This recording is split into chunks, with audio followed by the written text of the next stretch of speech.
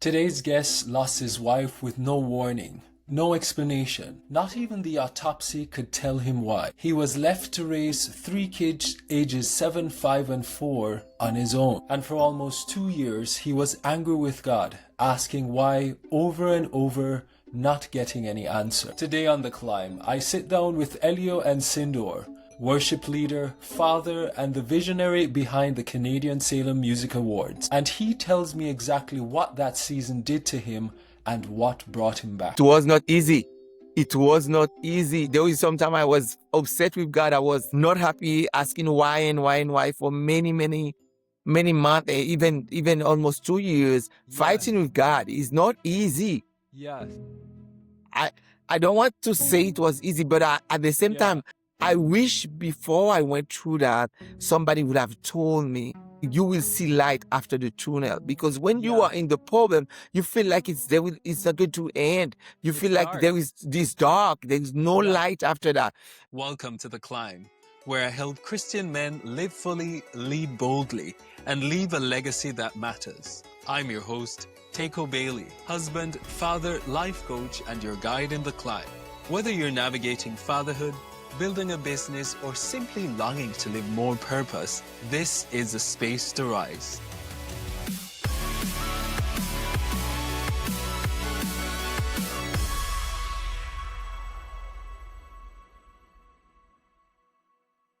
Elio, welcome to The Climb. It's a pleasure having you here. Thank you for having me, Takeo. It's always a pleasure to be on your program. You're welcome. You're a father, a musician, and the visionary behind the Canadian SELAH Music Awards. Tell me a little bit about what got you started in music and some of the origins of where all of that began.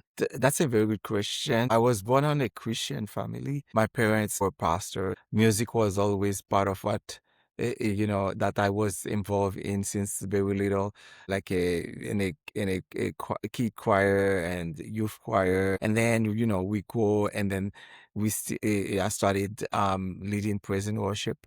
And then after high school, I traveled to study mid school, and I kept doing the same thing, just serving the Lord through music, which I enjoy, I like. But one thing I have to say, I never, it was not my intention to do praise and worship as a career. It was most likely like, okay, be part of the praise and worship team, lead praise and worship team in the church where I normally assist, but not like to do it as a career. But our plan is different than God's plan.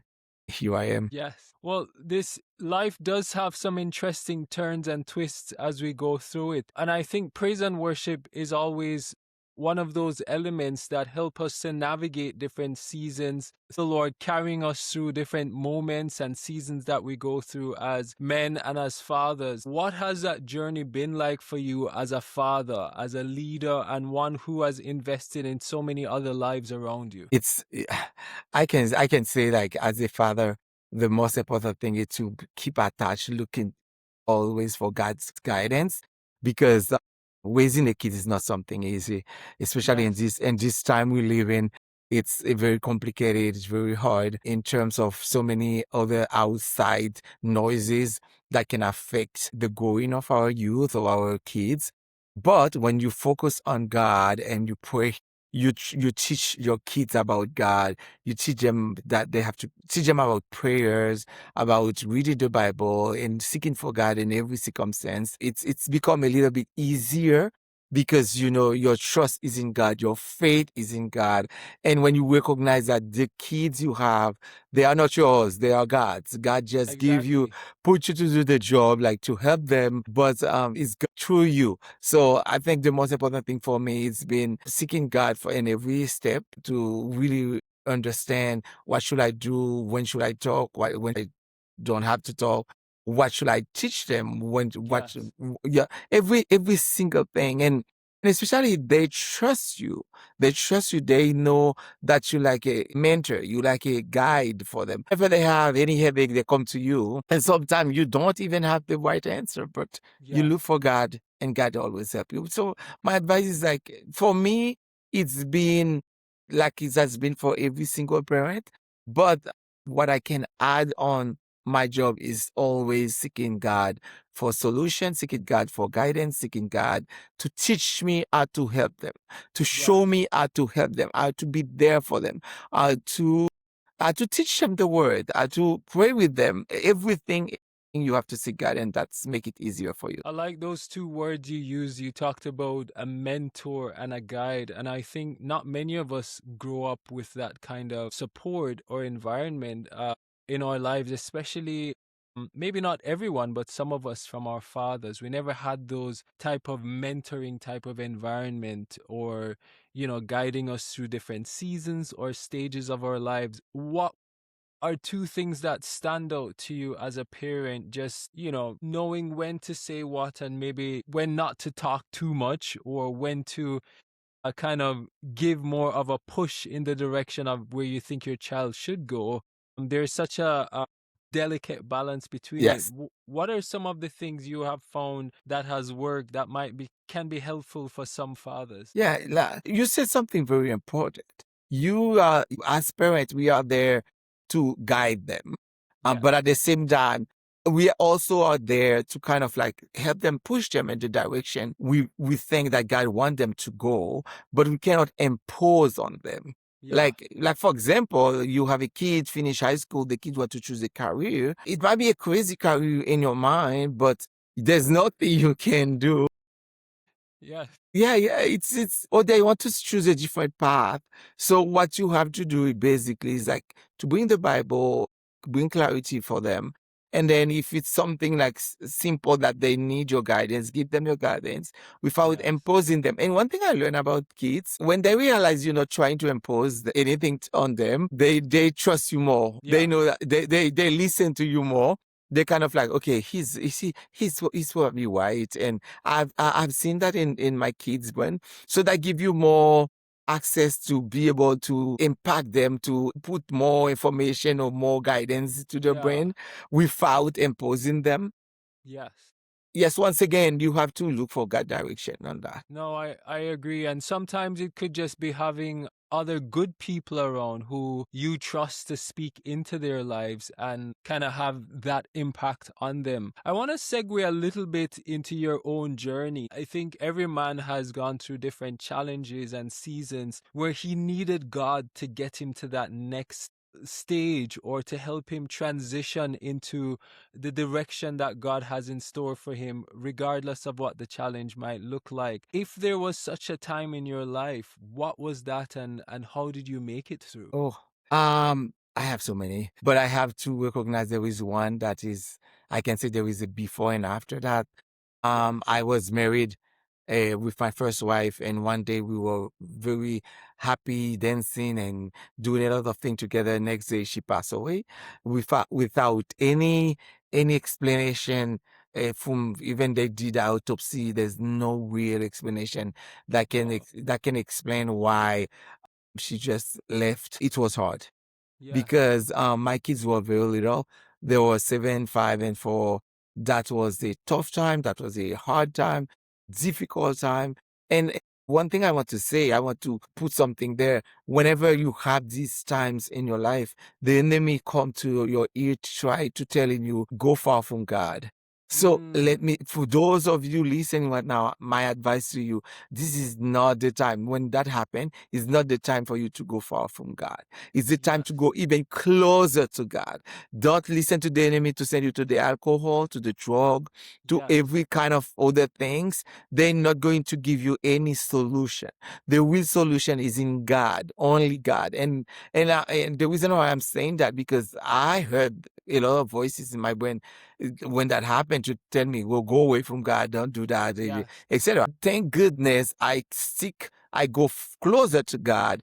And then, to make the story short, I remember I said to God, okay, I'm not going to do praise and worship anymore. I'm going Mm. to just go to church, serve you, be in church, but not going to serve you anymore because Yeah. I have so much pain, etc., etc. But what took me out? First, go closer to God. Yes. Second, same praise and worship. Every time I open my mouth and praise God and worship Him, it was like a medicine for my soul. Because people have to understand that praise and worship is a very a powerful weapon. David used it. Paul and Silas, they use it. But we know in the Bible there's so many examples about people who were praising and worshiping. Even around Jericho, they use it. So it's a powerful weapon that whatever you're facing, you can use it. And I want to add something. The Bible say God abide in the middle of the praises of his people. That's right. So when you have problem, you want God to be close to you. You want God to be there with you. So praise praise God, bring him closer to you. And one thing I want to add, God, if you have a president or prime minister go to your house, you have needs, he will try to solve your needs. And God, imagine God. So if you have, yeah, exactly. You got what I'm saying. If you have problem, you praise him, you worship him. He is closer enough to you. He will be close to you and you can tell him anything. He will solve your problem.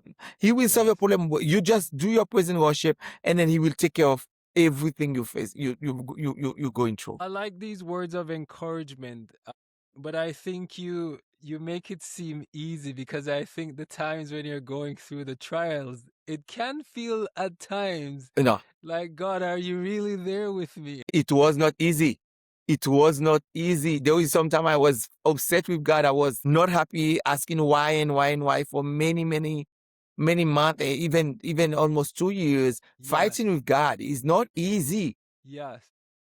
I don't want to say it was easy, but at the same time, I wish before I went through that, somebody would have told me, you will see light after the tunnel. Because when you are in the problem, you feel like it's not going to end. You feel like dark. There is this dark. There is no light after that. So the problem is one thing that you think there will be like. I wish my advice is for people facing that kind of tough situation. No matter what you're going through, there is light. There will be light after. God will give you joy. He will give you peace. He will raise you again. You will be another person. You will see light after that tunnel. So it's like in the tunnel, praise him, worship him, so he'll be there with you. Hey, I want to take a moment to say a big thank you for listening to the podcast. And if it's added value to you in any way, please share it with a friend and subscribe so you can get all the latest updates. But guess what? Only 10.5% of those who listen have subscribed, so it would mean a lot for us if you joined in. God will give you joy. He will give you peace. He will raise you again. You will be another person. You will see light after that tunnel. So it's like in the tunnel, praise him, worship him, so he'll be there with you. That's right. I love how you say draw closer to God, because I think in these moments, it is true that we sort of want to distance ourselves from God, because it's like, why did you even allow this to happen to me in the first place? God, you're not there with me. If you were there, this wouldn't have happened, right? And so we want to push back, there's that moment of like, okay, I'm distancing myself from you because you didn't show up for me when I needed you the most. And I think a lot of men, a lot of fathers find themselves in that pit, if you may say, where you're stuck in this dark place, and it's like, I'd rather stay here away from God, because it is why I'm here in the first place, and you have this wrestling with the Lord. But in praise and worship, I think, and again we see it through the Bible, through David, through Paul and Silas, and so many others, that there is a breakthrough element in that. As you are, you can mourn, I think God can handle or strong words against him. He's not weak. He can take it. He can take and it. He sees our beginning and our end, and he knows that, okay, this season is not going to be forever. And you said it. It's like, it's only for a particular time until you get over that hump, until you get over that hurdle. So I think it really is good to hear other people talk about this, knowing that even though you go through hard times, there is a time when the light is going to show at the end of the tunnel. And so be encouraged. Amen. Exactly. Absolutely. This is exactly what's going to happen. You just have to have faith in God, trust him. He's going to make it happen for you. He's going to solve the problem. You will see light. You will see light, because it's really dark. It's really Yes. dark when you're facing trials like that. It's really dark when people are having so much pain for something. But at the end of the day, God's going to step in. He's going to help you. What do we say for people who might not be so mature in their relationship with the Lord, or even for mature Christians? Was there any element of therapy that you had to do? Was there a place for that? Maybe or maybe not. But what are your thoughts on that? Because I think sometimes people might be afraid of pursuing that, or maybe not even thinking about it if they don't have the right people to speak into their lives. Of course there is. Of course you can do that. You have to be careful Yes. because you have to look for people that know the Bible. They blend the Bible with everything they're doing. Mm-hmm. Because you can have a therapist, you can tell you to do anything that is not the right thing to do. But Yes. if you look for somebody who know the Bible, somebody who's a Christian, somebody who really understand that God is above everything, and they are there just to help you. And the good thing about it, they seek for God guidance whenever they have to talk to you. They have to, God, what can I tell to them? I see myself as a therapist. If I were a therapist, I will just pray, God, okay, I have that person coming to talk to me. I need you to help me. I need you to Yes. give me the word of wisdom to give to them. So there is a lot of benefit in looking for somebody who are walking in the light, somebody Yes. who know about God, somebody it's very, very beneficial. But once again, this is why I said you have to be very careful because not all of them, not everyone can drive you in the right direction. That's right. Yeah. That's right. What have you learned from these experiences that has sort of transitioned into the music world and has helped you become the person you are today? So many things. I would say one of the things I learned, it's like you have to have faith. Yes. You have to have a lot of faith. You have to be patient. You have to persevere. Let me tell you what God revealed to me. Yes. When you travel, you buy your ticket, you pay money for your airfare, you just take a plane. When you take a plane, you just know that you get into the plane, you sit down in the plane. It can be 6 hours. I travel far, like I go on tour in Argentina, which is 10 hours in the airplane, 11 Yes. hours. Sitting down there, you don't move. You don't go to the captain and say, when are we getting there? Even though there is a disturbance, you Yes. sit right there. They even tell you, put your seatbelt, don't move at all. That's So right. what I'm trying to say, it's easier for us to trust the captain than to Mm. trust God. Wow. Well, Indeed. God is the best captain ever. So what happened? For you to take the airplane, you have to have faith. I'm going to leave Canada, going to Europe, and I have faith that I'm going to get there with no problem. Because if you didn't have faith, you think there was something going to happen, you will not take the plane. Let's get Yes. it that right. So you have faith. Second of all, they tell you come 2 hours, 3 hours before you can even fly. You have to stay for 3 hours. Do your line, wait to get to the train, sit down there, and then until the captain say, we're now going to, take off, Depart. you cannot do Yes. anything. You sit Yes. down quietly, wait until the captain say, this is the time to take off. So you are being patient, and then you have to persevere. And then you cannot say 2 hours, you go to the captain, it's been 2 hours, why you get I'm there? Why you I'm don't coming get off the there? plane now. I'm gonna have the plane. You cannot. So you sit down in the plane. It can be 10 hours, it can be 24 hours going to Asia. So you sit down there until you get to your place. Yes. So, and then when you get to your place, you see, even when you get there, you cannot just get there and open the door and go. You have to wait until they tell you, okay, now you can get Yes. out. So we trust a captain with an airplane more than we trust God. Because based on what I just explained to you, to everyone listening what now or watching what now, we all have a lot of faith and patience and persevere when it's come to travel. Yes. This is the exact same thing we have to apply with God. We have to have faith in God. He made a promise. He's going to accomplish it. He said, I'm going to bring you from here to here. He's going to do it. The second thing, you have to be patient. Patient that when he say, okay, sit down, we're not going to board what now? And then when it's time to board, they say, come now, you can board. You be patient and persevere along the way. So you have to wait on him because he's faithful. In Numbers, the Bible says, God is not a man to lie or a son of man to do accomplish what he has promised. In Hebrew, he said you have to have faith, be patient and persevere. And after you finish persevering, you will see the promise of God come to fruit in your life. So you have to wait on God. He's going to do it. Sometimes the flight might be a 2 hour flight. Sometimes it might be 30 minutes flight, but sometimes it might be 10 hours. It might be 20 hours. So if he said it, he's going to do it. You just have faith. That's why I have learned to all my process to trust God. Yeah. I love the example you use. I think we have to put God in the seat of the captain and let him be the one who is taking us to the destination. And, that comes with a lot of trust.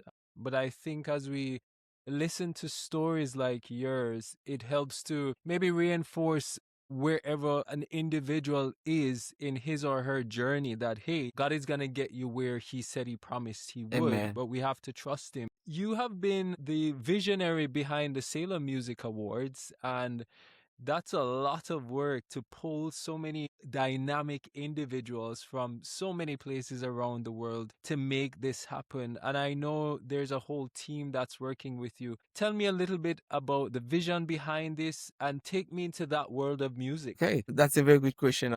A few years back, I have to start by saying that I'm myself an artist. So I have a lot of friends. They are Christian artists. And I have heard all around me how much they have been suffering. They put a lot of time to create music, a lot of money, a lot of investment. People have no idea how much time and investment they put to create one song. So there's a lot of frustration out there, a lot of frustration. And then I've been listening over and over and over and over again. And God have blessed me. I speak 4 languages. And it's not a problem with English singers. It's Spanish as well. It's the French as well. It's everybody. It's bothered me so much. And then I heard I heard that literally God told me, okay, I want you to stop for a minute and create a platform for the people to be heard, because the Bible say the light God gives you is you are a light, not to put it under a bed. God give you a song. That song has a message that people around the world, or it might be a neighbor, it might be a friend, need to listen to that song, and that song can bring transformation, deliverance, bring hope. A lot of things and salvation to life of so many people. So That's right. I don't think God give us song to just like, okay, we record a song and have it. And so many people they feel like that. They feel like the material, the songs, they get unnoticed. Nobody's listening to the song. Nobody's getting the message. So one of the things I realized in my life, God has blessed me to. I have won a lot of awards, but every time every time I get an award, I see more doors open, a lot of doors open. Every time, it's over and over again. Every time I have a nomination and get an awards, and then a new door open, a new radio want to do an interview, a new TV want to do an interview. They want to have my music on air. And they was talking to me, say, okay, I want you to now create a big platform where a lot of people who've been unnoticed, they can apply and people can know about them in Canada and from around the world. And at the same time, recognize those people who have been very successful in ministry. Yes. And recognize the work they've been doing. So that's what we've been doing. We just create a blend between well-known artists with emerging artists, and then create that platform so they can apply. And then, first of all, just applying, we have hundred and hundred of voting members. So just applying, you have hundred and hundred of people listen to your song just in itself. And watching your video, go to your Spotify, you should see some growth over there.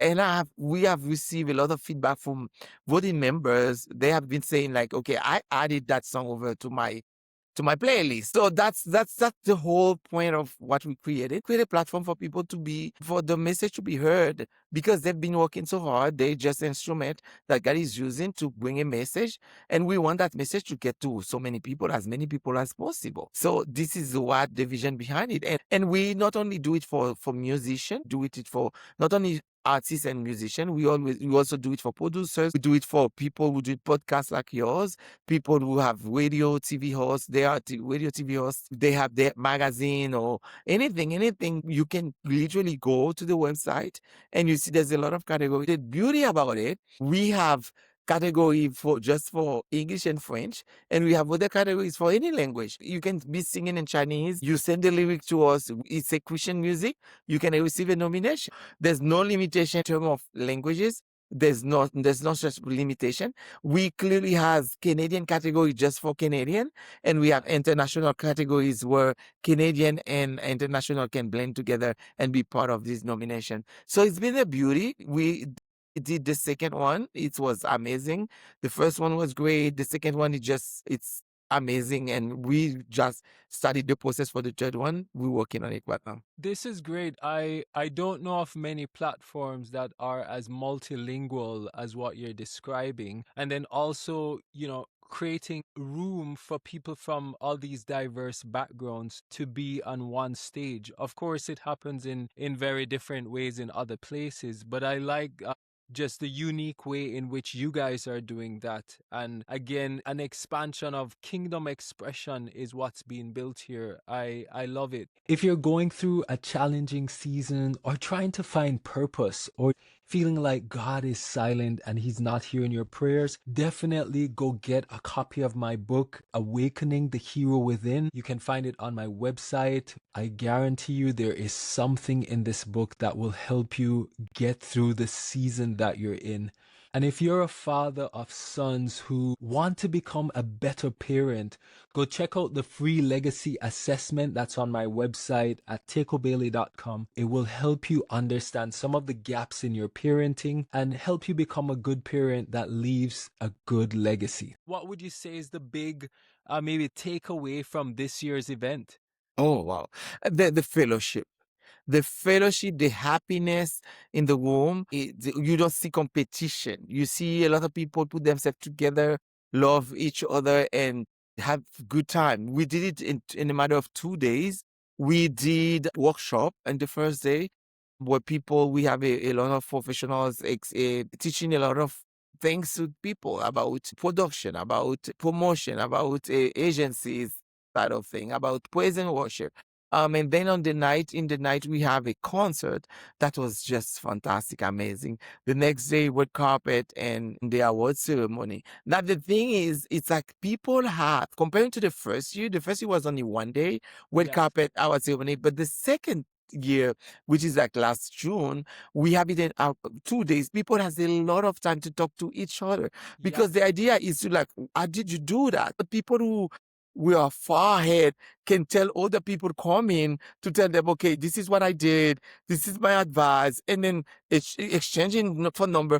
And the thing is, the beauty about that, we see a lot of people following each other on this social media. That is what we're doing. We have people from Uganda, friends with people from Canada or from Colombia or from Mexico. We have many countries here in Calgary with us to see everybody under one roof, just because with one common thing, Jesus. The one denomination was Jesus. Like Jesus was the center of everything, and at the same time, and then speaking different languages and then talking.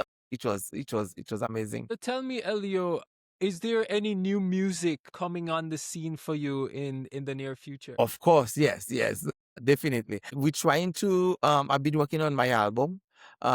We've been putting out them singles after singles. There is one song we just released called "We Need You Now."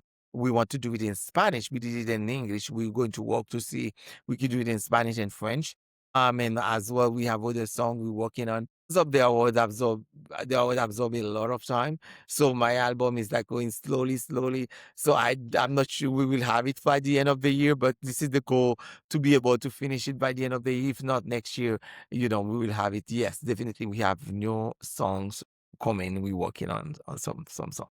Excellent. And for those who don't quite know you, what would you say your style of music is? What style do you tend to lean more towards? Do gospel, I do pop, I do a little bit of Afrobeat, a little bit. I do like most like a fusion Yes. of different genre.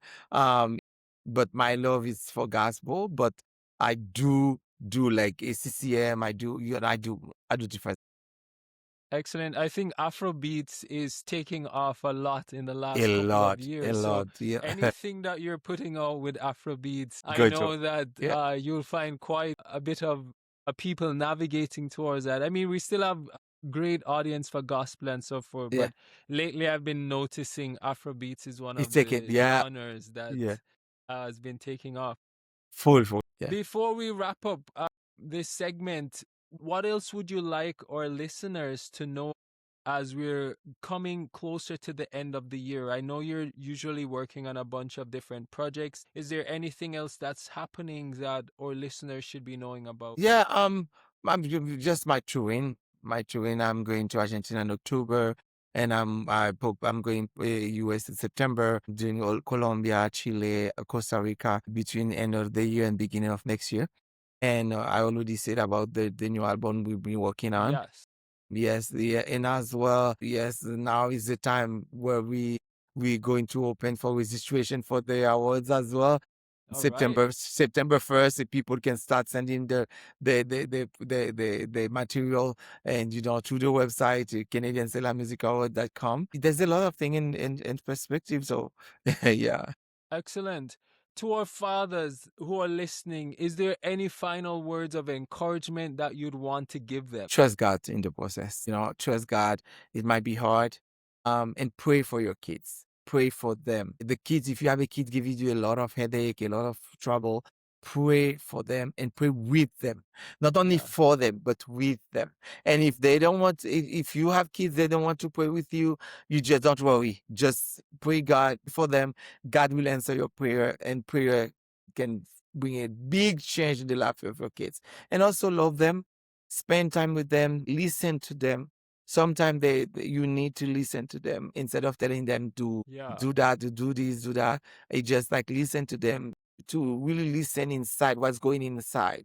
Because if you don't take time to listen to them, to see what's going inside you, you might not be able to help them. But if you can listen to what's going on, and sometimes you listen to them, you can take what they say to God. If you have an advice to give them, if you don't, you take it to God, and then you tell them, you know what, give me a few days, I'll be back to you, and then look for God guidance. I Yes. love that one. Yeah. I love that one. Elio, it was a pleasure having you here on The Climb. Thank you Yeah. so much for joining us. Thanks to you, Teko, and I invite everybody to go to my social media, to my YouTube channel, to listen to my songs, and follow on and social media, Elio Alcindor. And also you can follow the awards as well. Thanks again so much, Elio. Appreciate it.